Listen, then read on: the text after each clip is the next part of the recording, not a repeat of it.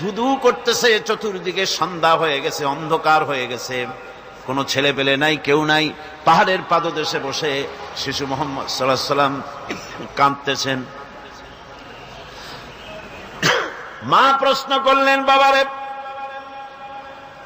সন্ধ্যা উত্তীর্ণ হয়ে গেল, কেন একা একা বসে বসে কাঁদো?